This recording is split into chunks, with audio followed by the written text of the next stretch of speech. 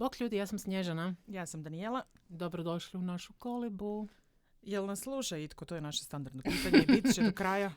Da li je naša publika narasla, pitanje koje se nameće? Imali vas 5? Imali vas 5 od 3 zadnji put što vas je bilo. Vidjet ćemo. Uglavnom, ovo je naša druga epizoda i htjeli smo ovu epizodu posvetiti jednoj kontroverznoj stvari. A to je načinu na koje se Heated Rivalry prenosio i što usmenom predajom, a što i preko nekih medija, možda i više stranih medija nego naših medija, ali budimo realni, serija je popularnija vani pa je imala puno više trackinga vani. Uglavnom, kad bi ljudi pričali o seriji, često bi govorili da je to čista pornografija, da je to gay hockey show, da je to porn za žene, softcore porn ili pornografija sa pričom ili neka varijanta te fraze. A ovi nadimci su bili upotrebljavani i korišteni, nama se barem tako čini, kao mehanizam da obeshrabre ljude da ga gledaju, da omalovaže i diskreditiraju zapravo tu priču. Naša teorija je Heated Rivalry je iskrena ljubavna priča, a ne pornografija i malo ćemo pričati o tome. Tako je. Zanimljivo je reći da bez obzira što su ljudi nazivali tako seriju i budimo realni, ona se najviše širila usmenom predajom, znači kad su ljudi pričali joj gledaš taj gay hockey show ili nešto, svejedno je postala hit, što više kulturni fenomen koji jednostavno iznenadio je svijet, ne i ljubiteljice ovog žanra, ali očigledno je iznenadio dosta cijeli svijet. Što je zanimljivo, jel, da je stvarno u pitanju bio samo porn, onda se to vjerojatno ne bi dogodilo. Mislim, prva i možda najjednostavnija stvar koju je lako pobiti, to je ovo nije porn, znamo što je porn, nema seksualno eksplicitnih scena u smislu u seriji su scene seksa simulirane. Ako niste znali, ljudi, oni nemaju seksualne odnose, oni glume da imaju seksualne odnose. Mislim da je to velika razlika. Možda je problem u tome koliko su dobri. Mm-hmm. Pogotovo ove facijalne ekspresije. Možda je to ono što je ljude malo pogodilo. Ljudi misle, mislim, ja sam gledala neke, budimo realni, priznala sam reaction video gdje ljudi kažu imam osjećaj kao da ne bi trebao biti ovdje i da oni se stvarno ne seksaju se. To znači da su dobri glumci. Samo su dobri glumci. Tako i scene su Čela Hunter dobro iskoreografirala te scene, tako da one samo izgledaju vjerljivo, ali zaista nisu. Druga stvar, znači nije porn, ali šta, i naravno ne vidi se, možda vidi se koja guzica, ali ne vidi se nijedna prednjica, tako da ne spada u tu kategoriju. A sad, čekaj, imam negdje zapisano, ima za ove što misle da je soft porn, išla sam tražiti actually definiciju da pokušamo i to raskrstiti. Softcore porn odnosi se na filmove, časopise ili slike koji pokazuju golotinju ili seksualno sugestivne situacije bez prikazivanja eksplicitnih seksualnih činova, poput penetracije ili grafičkog otkrivanja genitalija. Općenito se karakterizira kao sugestivna, a ne grafička. I kad uzmemo tu definiciju u obzir, neke scene iz Heated Rivalry definitivno se slažu s tim opisom. Ali, s tim se slaže dosta drugih stvari. Ja ću se konkretno sad referirati na nešto što je još relativno friško, a to je Bridgerton. 4. sezona Bridgertona koja je izašla. Mislim, sve 4 sezone, budemo realni, Bridgertona su... mogu se tako definirati. Da li ste ikada čuli ikoga da priča o Bridgertonu? Bridgerton možda ima još i veći fandom nego što ima Heated Rivalry, ali ja nikad u životu nisam čula da neko za Bridgerton govori da je softcore porn za žene. Moram priznati da ja nisam pogledala Bridgerton još uvijek, ali slažem se s tom koncentracijom, čitala sam dosta o njemu. Nigdje se čak kad se ne naziva ni erotskom serijom. Dakle, nazivaju je ljubavnom serijom. Zato što je... Sad, to je onaj problem koji mi imamo. Znači, zašto serija dva hokejaša, dva gay hokejaša, gay i bi hokejaša, da budemo precizni, se naziva pornografijom za žene, a serija o visokom britanskom društvu iz Regency ere sa početka 19. stoljeća, kad oni pokazuju guzice i grudi i simulacije seksa u svim mogućim pozama i nemogućim, onda je to je onda ljubavna priča. Mislim, i nemamo se lagati, ja nemam ništa protiv Bridgertona. Bridgerton je my jam. Ja volim, što volim takve stvari, volim povijesne ljubiće, nemam stvarno apsolutno ništa riječ da bi rekla, ali jednostavno trebao bi postojati neki standard, a ne zvuči kad se Heated Rivalry naziva pornografijom, zvuči kao da se nešto žele diskreditirati samo zbog toga što su u pitanju dva muškarca. Mislim, moramo ovdje spomenuti slona u sobi, jel se to tako kaže? Yes, elephant in the room. Spomenimo slona u sobi, a to je činjenica da su neki od tih komentara veoma homofobni. Mm-hmm. Mislim da je možda to suština tih reakcija. Mm-hmm. Znala sam čuti ljude koji su pokušali gledati seriju, njihov komentar je bio ne mogu ja to gledati, ne mogu. Mm-hmm. I to recimo čak ljudi koji sami sebe ne bi ni nazivali homofobima. Mm-hmm. Imaju nekakav problem u trenutku kada na ekranu vide dva muškarca u scenama u kojima očekuju muškarca zanosu. I ženu. Tako je, da. Kada vide dva muškarca u erotskom zanosu, to ih šokira do te mjere da kažu ne mogu ja to je previše, to je pornografija. Mm-hmm. Prvo i osnovna pornografija nije, jer kao što smo rekli, Hudson i Connor su glumili. Mm-hmm. A inače... Inače glumili su, ali u istom trenutku treba uzeti u obzir da, jesu glumci, ali isto tako su glumci koji žele da to djeluje realno.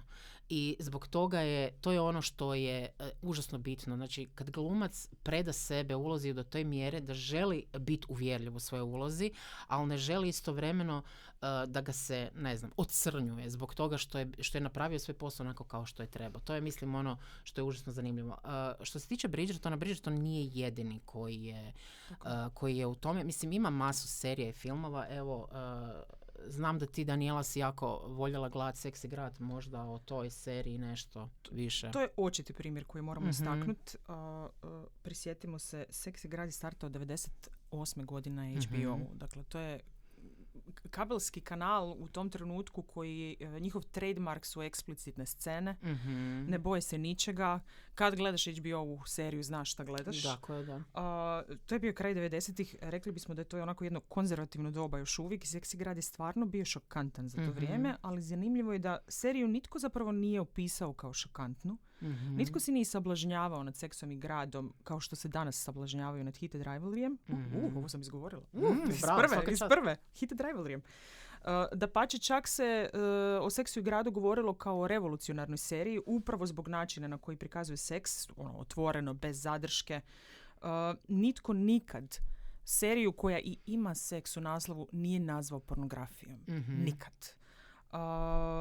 To je serija koja se prikazivala nedjeljom navečer u 21 sat. Mi pričamo o prime time terminu. Mm-hmm. U prime time terminu ti imaš seriju u kojoj glavni ženski likovi konstantno ne samo da pričaju o seksu, uživaju u njemu. To je ono što je zapravo bilo revolucionarno u tom trenutku. Scene u Heated Rivalryu, ako mene pitaš, nisu ništa eksplicitnije od scena Samantha Jones. Ta žena je u nekim trenucima doslovno visjela s plafona gola. Doslovno. Dakle, ne zezam se. Ima scena neka s nekakvom ljuljačkom, ona isprobava ljuljačku, ona i njezin partner goli, oni vise sa plafona. Dakle, to je jedna od milijun Samantinih scena koja, evo, stvarno, rekla bih da su neke bile eksplicitnije od onoga što gledamo u Heated Rivalryu. Gdje je onda problem? Dakle, problem izgleda samo isključivo u tome što u tim eksplicitnim scenama sada gledamo dva muškarca.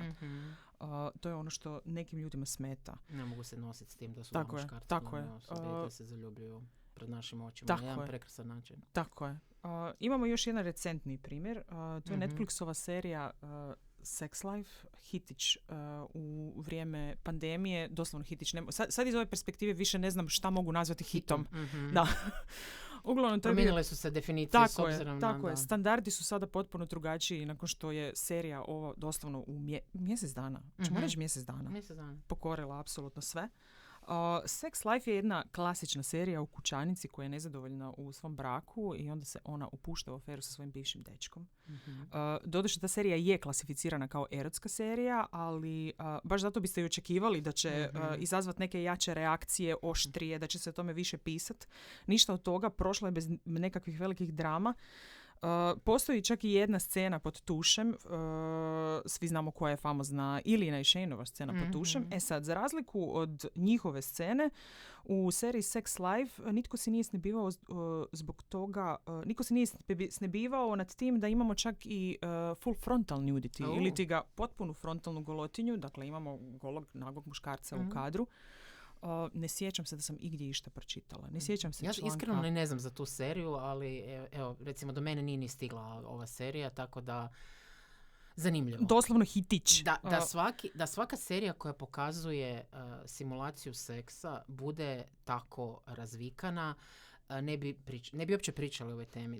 Nije poanta bila u tome što oni imaju scene seksa, nego to što njihove scene su toliko prirodne, toliko djeluju stvarno, realno, da je to privuklo interes ljudi. A ne to što mislim, scene seksa se pojavljuju u serijama uvijek posvuda, na ovaj ili na ovaj način. Ne pričamo o svim serijama. Rijetke su serije koje to znaju napraviti na pravi način i koje poluče određen interes. Tako, mislim, zato je i dobra paralela sa ovim sex life-om, jer uvijek pretpostavljamo da će ljudi reagirati na sve takve stvari koje su kao eksplicitne, ovakve i onakve, ali eto, dogodilo se to da nitko to nije ni spominjao. Zašto? Pa pretpostavljat ćemo onda da kemija glavnih glumaca nije bila dovoljno dobra, kad nitko nije reagirao, čak ni na full frontal golotinju.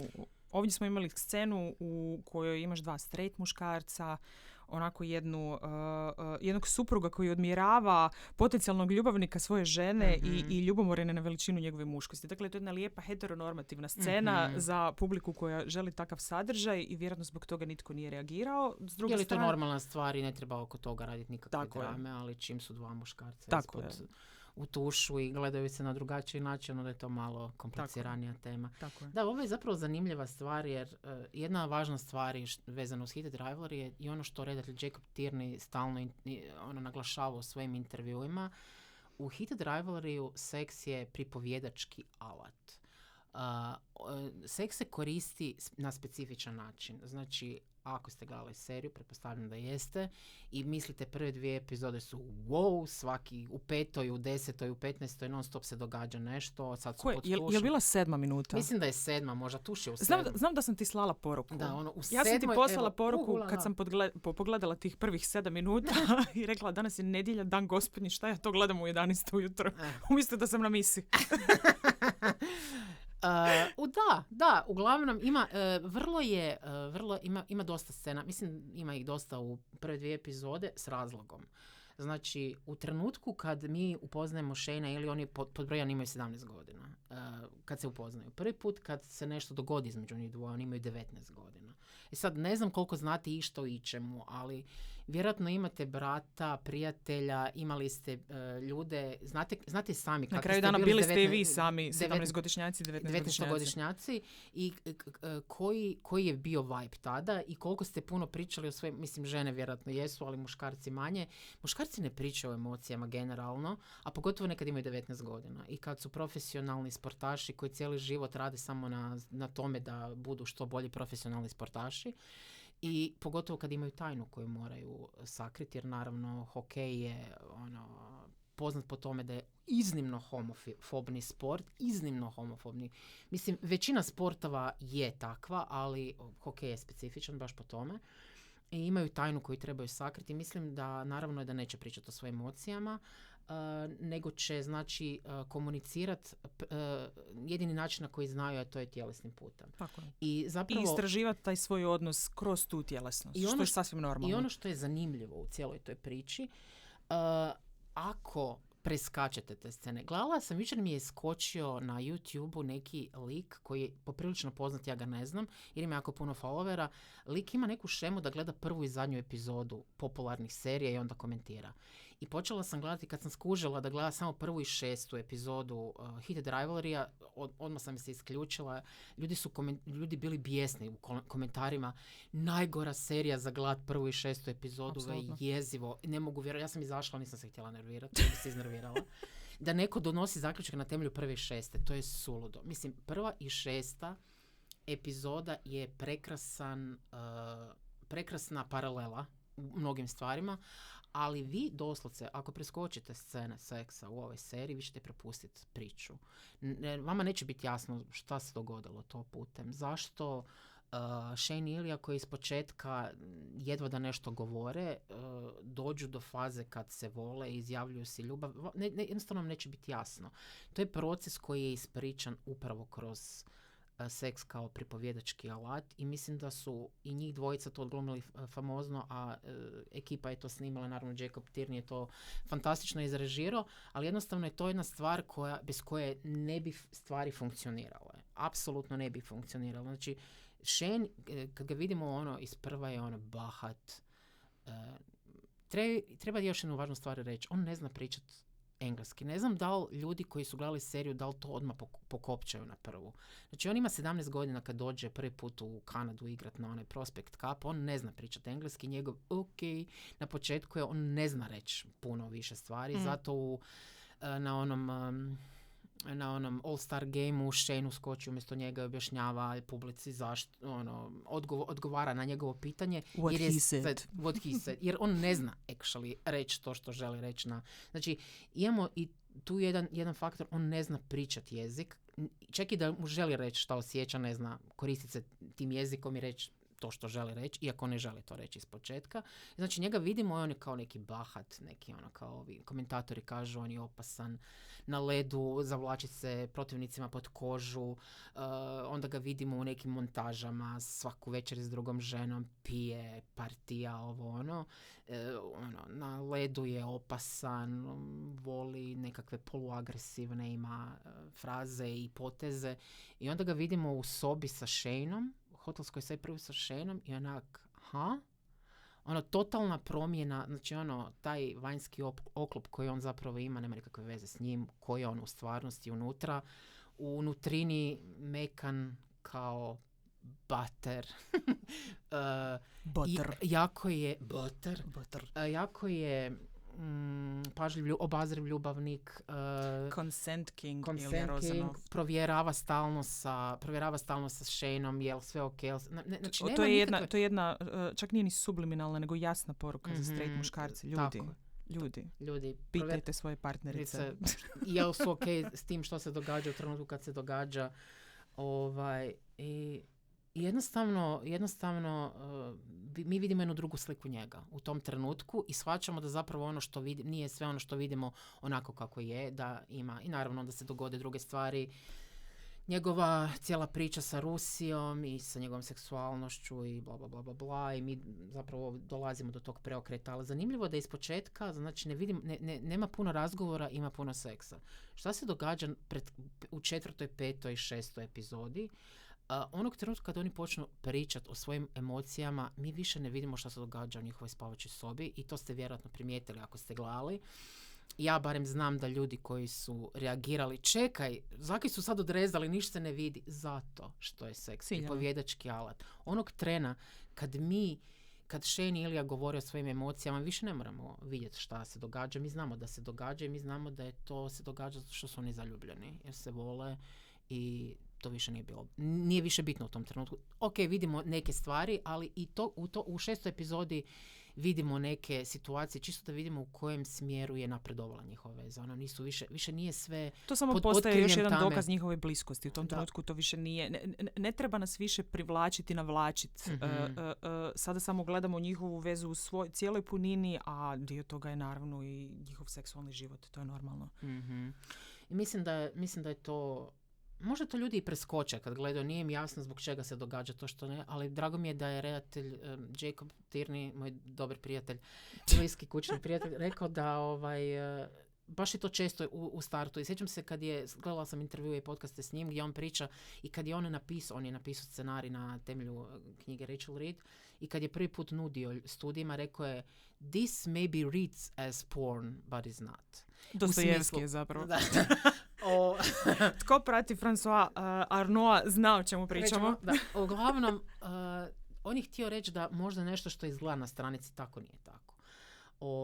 I jedna od važnih stvari koja se isto tu može spomenuti je Jacob Tierney kad je napisao ovaj scenarij, on nije automatski otišao Kreju. Zapravo ne znam kako je otišao, kom je prvo otišao, ali znamo iz intervjua da je pregovarao i sa američkim streaming servisima i uvijek, ali baš uvijek su mu rekli seks u prvoj epizodi. Ajmo pričekat seks u prvih 7 minuta prve epizode. Ajmo pričekat 5. epizodu da se prvi put poljube. Što je on rekao? No može. thank you. Mislim da ne kužete što pokušavamo ovdje raditi. Hvala Jacobu na tome. Hvala Jacobu. Jacob je shvatio shvatio što je zapravo njegov zadatak ove adaptacije. Tako da smo dobili znači, neki, ne znam, Netflix varijantu ove serije, dobili bi neke totalno drugu priču. Mislim, uopće si ne mogu zamisliti. Mislim, budimo realni, njih dvojica su, znači imaju 17 godina, u prvih tih 6 epizoda prođe 9 godina. Znači od 2008. do 2017. prođe 9 godina. U 5. epizodi, da su čekali do 5. U 5. epizodi je 2016. Znači oni se znaju 8 godina, igraju zajedno. To bi bio jedan slow burn. Godišnje. To bi bio ne slow burn, nego ne znam, ljudi bi si rezali, ne znam šta bi radili. Nakon 8 godina se prvi put 2 dečka poljube, koje su zainteresirane očigledno jedno za drugo. To je stvarno, mislim da nikom ne bi bilo realno. Eventualno nekome na ABC-u, ali... Mislim, budimo realni. Budimo realni da su to mladići u punini svoje snage. I to isto jako bitno reći da su to fizički u top formi ljudi, nisu neki ne znam šta, nije da se drogiraju pa im se ne da ili ne znam šta, oni su itekako, im postoji ta želja koja je evidentna i koju žele zadovoljiti, tako da ne bi bilo realno ništa drugo. I nemojmo zaboraviti da je to u suštini jedna coming out priča. A dio procesa spoznaje vlastite seksualnosti je i istraživanje vlastite seksualnosti. Kako će to odraditi ako neće kroz seksualne odnose? Tako je. Kako će neko znat ko ima 17 do 19 godina? Govorim sad o prvom susretu i o prvom trenutku kad se nešto dogodilo, znači s 19 su prvi put nešto dogodilo. Kako će dečko od 19 godina znat da se nešto događa ako se nešto ne događa? Mislim, postoji onaj očigledno on razmišlja o tome, ali ako zapravo ne proba, može sam sebe uvjeriti da zapravo mu se to ne sviđa, da je to samo neki ludi hir koji trenutno ima, ne znam, da on razmišlja ili samo zato što je on njegov rival, a ne zato što mu je on napet u nekom drugom smislu.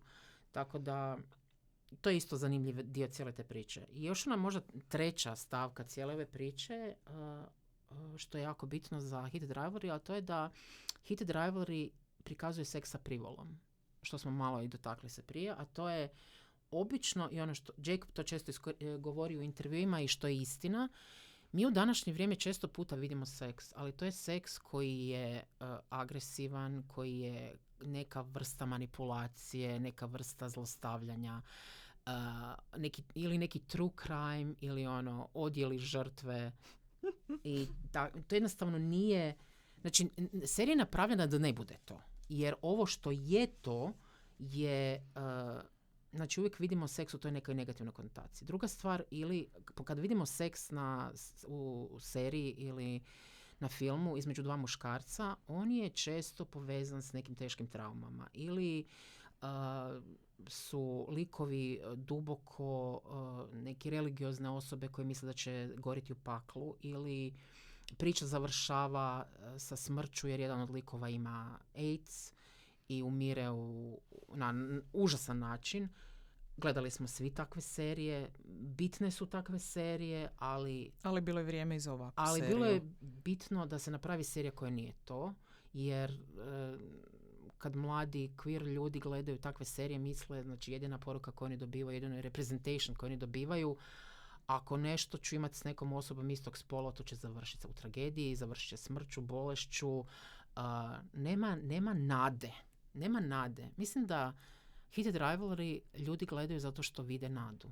Vide da stvari mogu biti, čak i u ovim intenzivnim situacijama, budimo realni, da se ovo stvarno dogodi u stvarnosti. Da dva najbolja igrača u ligi, u hokejaškoj ligi, budu tajni ljubavnici. Mislim da bi svima mozak bi nam eksplodirao. Čak i nama koji ne pratimo hokej. I do nas bi došlo. Došlo bi do nas, to je činjenica. Došlo bi do nas, mislim, budimo realni, znači ove knjige postoje od 2019. godine, sad je 2026. U NHL-u niko nije izašao kad su igrali aktivno. Nakon, mislim da je bio jedan ili dva koji su izašla nakon što su prestali igrati. U AHL-u je, to je ona kao, oni minorsi kao ti hokejaški, isto je neko izašao, ali niko ko sad trenutno igra. Nitko koji je pod ugovorima. Da, mislim, budimo realni, stvarno mislimo da baš da su svi muškarci straight u tim slačionicama. Ne baš. Znači nema, bez obzira, znači ova serija je zapravo neki beacon of hope, neki kao, neki možda idealan svijet, ali možda ne idealan svijet, možda neki svijet koji će dati podstrek nekome da izađe. Ne mora biti u hokeju, može bilo gdje drugdje, ali nekakav sigurni oslonac, sve će biti okej. Nije sve tako crno, osim ako ne živite u određenim državama svijeta gdje je kažnjeno smrću, zatvorom i ostalo. Žao nam je, ali mislim, nemam šta reći. U takvim situacijama uvijek pravilo broj 1. 2 straight žene, ajmo davati pravila za izlazak iz ormara, izađite samo onda kada želite i kad se osjećate sigurno i znate da ćete biti sigurni. Ako to učinite, fizički sigurni, da vas niko neće izbaciti, povrijediti, zatočiti i tako dalje. Mislim da se to podrazumijeva, ali ako imate priliku, čak i Shane koji ima, meni je bilo od prve epizode jasno da ima vrlo roditelji koji ga podržavaju. Ima idealnu situaciju. Znači čak kontekstu, i on koji ima idealnu situaciju ne odluči to napraviti odmah, ali znamo zašto ne odluči napraviti. Ajmo zamisliti kako bi išao razgovor. Mama, tata, ja sam gej. Šta kaže Juna? Juna kaže, jel imaš koga? Već ga Hayden i JJ stalno nagovaraju na nekakve dejtove. Znači da je mama se uplala u to. Znači on ne bi mogao... Ja mislim da njegov problem nije bio to što mu kaže u 6. epizodi. Nije problem to što mu kaže ja sam gej, nego s kim je u vezi. Shane nije zainteresiran za nikog drugog. On želi biti Cilijom. Ali onog trena kad kaže da je gej, ljudi će ga gurat u nekakve dejtove, u neke veze s drugim ljudima. On ne može reći ja sam sa Elijom, želim biti Cilijom. To jest, viđam se s Ilijom, ali ne znam, zaljubljen sam u Iliju, ali ne znam da li sam zaljubljen i nismo si još ništa priznali, mora proći 8 godina prije nego što si nešto kažemo. Tako da potpuno razumijem. Znači, ljudi koji imaju savršene situacije ne osjećaju se sigurno da mogu to reći. Tako da je to zanimljivo. I još možda na kraju da kažemo da je Tyrionova adaptacija i vizija užasno bliska knjigama i drago mi je da je to napravio tako što je napravio. U tim knjigama ne znam, ja ovu seriju nikad nisam gledala zbog toga što se događa u spavačoj sobi. Vidiš, ovo pitanje, misliš li da bi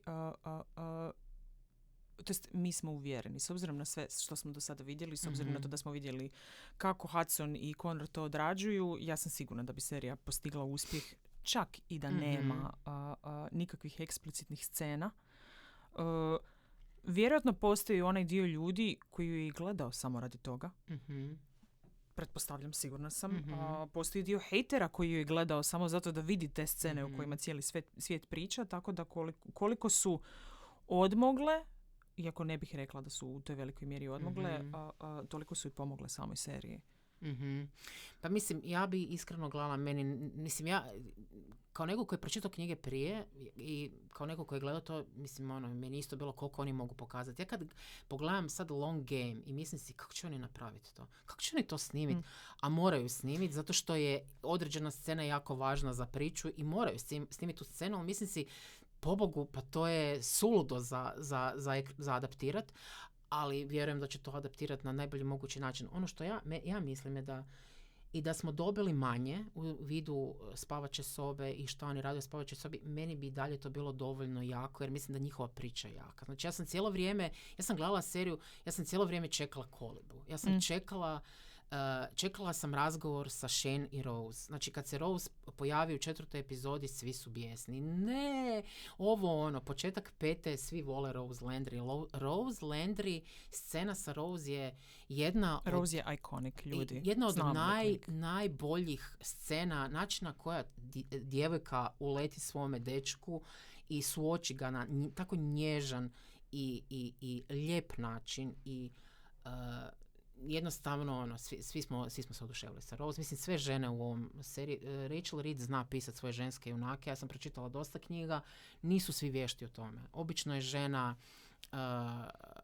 vrag. Ako se dva muškarca zaljubljuju i ako neka žena stane na put, obično je vrag, niš ne valja, svi trebamo mrzni. Istina, žene mogu biti itekakvi saveznici i to ova serija fantastično pokazuje i pokazala je definitivno sve žene su, ne znam koja mi je draža. Koji ti je draži ženski lik? Rose je najbolja. Znaš ono teoriju... Ok, ako pričamo... ispred Rose je uvijek Mama Juna. Mm-hmm. To moramo odmah reći. Mama Juna, ali recimo i Rose je najbolja. Ima ona neka komičarka koja je imala neke viralne videe na TikToku ili nešto gdje je ocjenjivala koji lik je najvažniji za to da su Shane i Ilija zajedno i na kraju se ispostavilo da je Elena najvažnija. Što bi rekli, Elena je prijateljica od Kipa, za one koji ne gledaju tako treću epizodu tako često kao druge epizode, recimo ja sam jedna od njih.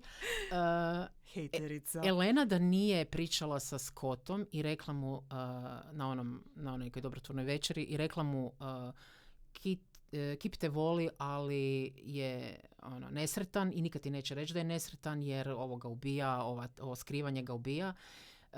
Pitanje je da li bi Scott izašao. Da Scott nije izašao, odnosno nije poljubio Kipa nakon pobjede Stanley Cupa i da to Ilija i Shane nisu vidjeli, pitanje je da li bi Ilija završio u kolibi. Pitanje je da li bi si rekli ili bi trebalo proći još 10 godina prije što bi si nešto rekli. Tako da Elena je zapravo vodi. I beg to differ. Ja mislim da Rose vodi. Mm-hmm. Rose je mogla ostati u toj vezi jer joj je odgovaralo.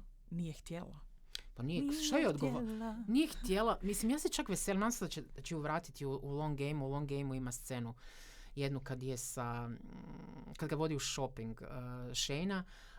Nadam se da će ta scena se pojaviti. Volim tu scenu.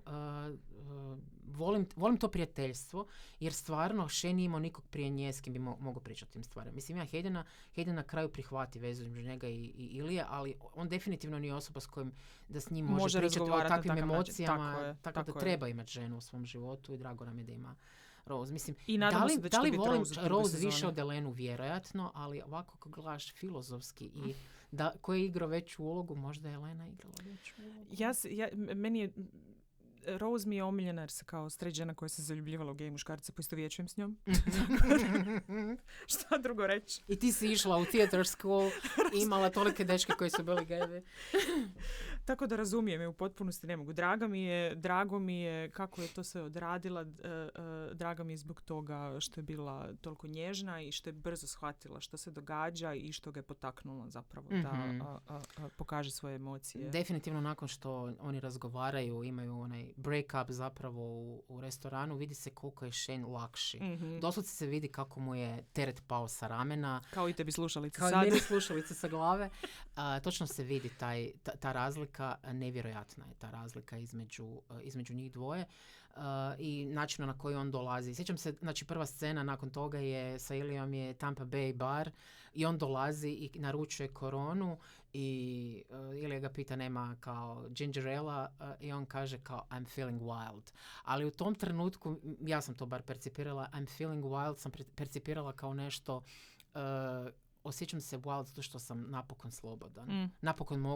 Napokon mogu biti ja. U svom bež sakojiću. Oslobodio se. Bež odijelu i crnoj majici i t-shirtu. Može napokon biti ono što hoće i način na koji gleda Iliju je drugačiji. Točno se vidi da je nakanio otkriti svoje emocije ili barem pokrenuti razgovor o tome, iako to Ilija ne zna u tom trenutku.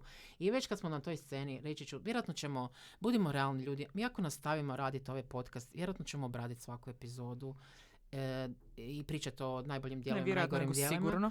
I doći ćemo do te epizode. Ono što, ali moram to reći, kad smo već na Tampa Bay bar scene, znači jedna od rijetkih stvari koja mi se ne sviđa u toj seriji je to da čujem. Hoće pas prvi fight u drugoj epizodi. U knjizi je ili je prestravljen. Zato što on ne, mislim, Connor ovdje tu to dobro glumi, a nemamo se lagat. Obožavam način na koji glumio cijelu tu scenu. Iako međutim, mu se ne vidi toliko... Ne vidi mu se u onom trenutku kad kažem jel ti mogu nešto reći. Kad ga pita kao te neko vodio u shopping ili nešto, komentiraju odjeću međusobno. I on kaže, jel ti mogu nešto reći? Znači, interni monolog u knjizi mi je jedan od najdražih u Hit Driveriju, gdje on kaže Shane kaže a Ilija u sebi kaže I don't need you anymore, I'm with Rose now. I takve rečenice izbacuju u njegovoj glavi. Znači on je prestravljen, da ćemo onda reći. Jer on jedino što je vidio da njega je Rose u novinama i svi i komentari bez couple ever i ostalo. Znači on je već u tom trenutku jako sumnjiča, boji se da će ga ove ostaviti, da više neće, a zna da je zaljubljen u njega i da ne može bez njega i da će prekinuti u toj rečenici i on je prestravljen, a Hudson Williams u toj sceni tako kratko kaže I hired a stylist, tako brzo to kaže da nemamo vremena čut taj unutarnji monolog u Ili i to, kad tu gledam tu scenu, to je jedina stvar koja me smeta u toj sceni, jer mislim da to u knjizi daje užasno jaku težinu cijeloj situaciji, jer nakon što se izgovore, točno sve što se izgovore, i Ilija se osjeća lakše. Znači, Ilija je bio toliko pod stresom u toj trenutku i onda je nakon toga je postao isto lagan koji Shane. To mi je zanimljivo jer recimo ja ne primjećujem taj strah uopće. Dakle, sad gledam iz perspektive nekoga ko knjigu nije čitao. Čak je Ilija malo u tom trenutku onako koki. Iz moje perspektive. Vidiš ga da je nabrijan, vidiš da mu nije drago zbog Rose i tako dalje, ali ne vidim neku nestrpljivost, vidim taj moment, ali ne vidim baš nikakav strah i slažem se, mislim da bi bilo zanimljivo vidjeti taj dio nekako, da je možda bio malo bolje dočaran, ali dobro, nećemo sad cipiti dlačić, super je to odrađeno. Mislim da, super je mislim, jer ja vidim, zapravo ja sam cijelo vrijeme gledala ili u toj sceni, jer očekujem želim vidjeti to previranje unutarnje njegovo. I znači, prvu stvar kad ga ugleda, kaže sebi u bradu, obožavam što to radi Connor Story. Znači, mislim da je to Connor Story. Mislim da to nema veze ni sa redateljem. Definitivno nema veze sa knjigama. To što on portretira Ilija voli sebi govoriti u bradu. Ali mislim da je to Connor Story, jer Connor Story intervjuima često tipa Hudson nešto priča, on izgovara u sebi neke riječi, ponavlja u čuđenju. Mislim da je to samo njegov personality, možda sam u krivu. Ali znači prvu stvar kad ga vidi kaže sebi u bradu, ok, kao ajmo, ti to možeš, ok, i popije pivo i on dolazi i iz prvog uopće ne želi pogledati. Iz prvog uopće ne gleda mu nešto, joj, super da je u Floridi, jel da, bla bla, sav je neki happy. I don't care. On je super, onako će ga ne želi gledati. Ali svejedno uspije, u ne znam koliko traje ta scena, svejedno uspije pitat ga za čovjeka koji jako slabo govori engleski na 6 različitih načina, jesi li još uvijek s Rose Landry, a ove cijelo vrijeme izgovara to, izbjegava odgovoriti na direktno pitanje, ali nije dobio direktno pitanje. S kim si došao ovdje? S mamom i tatom? Tatom nisam. Da. Jer ima veze s Rose? Nema veze s Rose. Ne. Uglavnom, predivna mi je ta scena i kad zaključe da nije više s Rose Landry i kad ga Ilija gleda, onaj trokut, oči, usta, ono je perfection. Doslovno gluma pogledom. To što Connor odradi u toj sceni. Nije da smo si slow motion radili te scene. Ima još jedna stvar koju sam skužila mjesecima nakon što sam gledala prvi put tu scenu. Na kraju i poslije kad sam slušala intervju od Jacoba Tierney, Jacob Tierney je rekao da je njegova uputa glumcima glavnim uvijek bila sljedeća. Ako se ne dodirujete u sceni, želim osjetiti da želite dotaknuti jednog drugog. I to se zapravo najbolje vidi na tome, nakon što, prije nego što se Shane ustane i kaže idem dalje, idem kao minglat sa drugim ljudima, Ilija ima desnu ruku ili lijevu, ne znam što je lijevo, što je desno, na stolu i doslovce dodiruje stol. Znači on dodiruje stol s prstima jer želi izraziti tu želju. Rado bi sad dotaknuo te, ali ne mogu u javnosti smo. Što mislim da je još jedan zanimljiv i odličan detalj koji je onak fantastičan. To je vjerojatno jedan Jacob touch u svemu tome.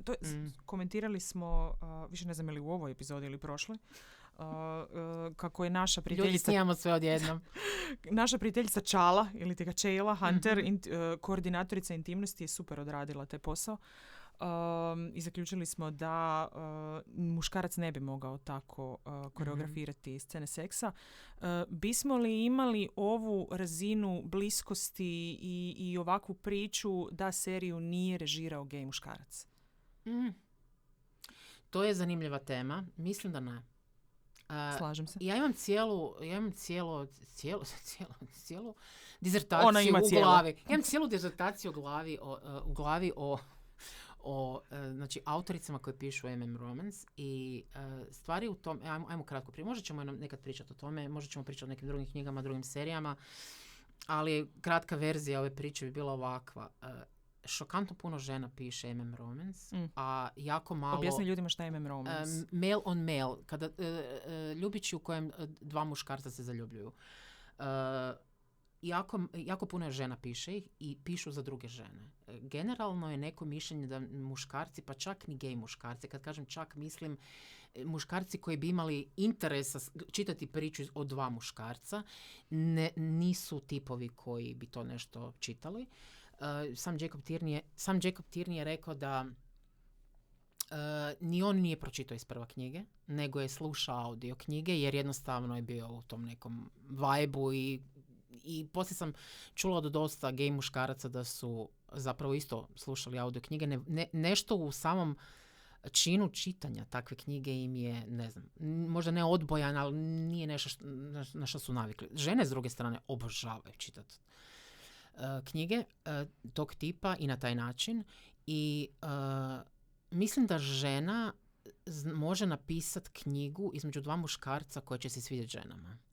A mislim da gej muškarac koji je proživio dosta stvari tog tipa može realno adaptirati do te mjere da neke stvari ako su previše sladunjave, ajmo je tak reći, možda previše romantizirane, može ih vratiti na nekakav na pravi track. Da nije baš neka čista fantazija koju neke žene znaju. U ovom slučaju je zanimljivo. Moje mišljenje je da Rachel Reed je puno muževnija u svojim opisima od Jacoba Tierney. Mislim da je Jacob Tierney veći romantičar od Rachel Reed, jer način na koji on priča ovu priču je puno zanimljivija u smislu mi mislimo, kad gledamo, znači ako nismo čitali knjige, mislimo da Shane nikad nije bio s nikim prije Ilije, što nije istina. Jer ja mislim da Jacob želi stvoriti tu sliku. Rachel Reed u svojim knjigama uopće ne stvara sliku. Rachel Reed je u svojim knjigama vrlo realna do te mjere da nekad neki ljudi kao, ovo mi se baš nije svidjelo, nije to toliko romantično. Nije poanta u romantici. Mislim je, želimo svi lijepu ljubavnu priču na kraju. Poanta je u tome da bude realno. Da mi stvarno vjerujemo tim ljudima. Ok, probali smo ovo, probali smo ono, nije išlo. Bilo bi romantičnije da nije bilo Rose. Možda. Ali ne bi, jel bi bilo realno? Ne bi bilo realno, nikako, iako mislim da za njihovu priču je važno. I ne umanjuje romansu. Upravo to. Malo. Znači ne umanjuje romansu, znači treba postojati određeni koraci koje ćemo napraviti i poduzeti da bi došli do svog krajnjeg cilja, krajnje sreće. Moramo neke stvari probati da bi znali da je to ono što želimo zaista. Tako da, po mojem mišljenju, to što je žena napisala, meni je to samo plus. Inače, u tom MM Romance Worldu jako puno žena ne piše svoja imena, nego inicijale, jer žene žele čitati knjige koje su napisali muškarci, ali jako malo muškaraca piše knjige. Ili jako malo muškaraca piše knjige koje su dobre. Možda je to. Ima žena, ima više, ali ima i frajera. Rijetki su, evo, stvarno, ja sam pročitala rijetke knjige koje su napisali muškarci koji su bili fantastične. Sve su bile manje više, vidjeli su da postoji veliko, kažu da je $1 milijardu, je to, tržište ljubića je vrijedno $1 milijardu ljudi. To nije šala. Ljubići se jako puno i pišu i čitaju, ne samo MM-i, nego svakojake verzije.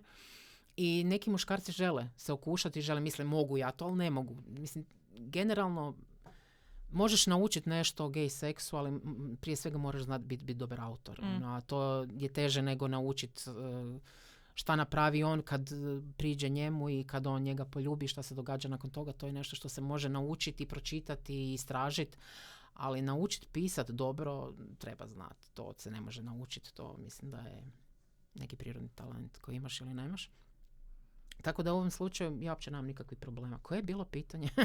Pitanje je bismo li dobili ovakvu seriju da je straight muškarac režirao?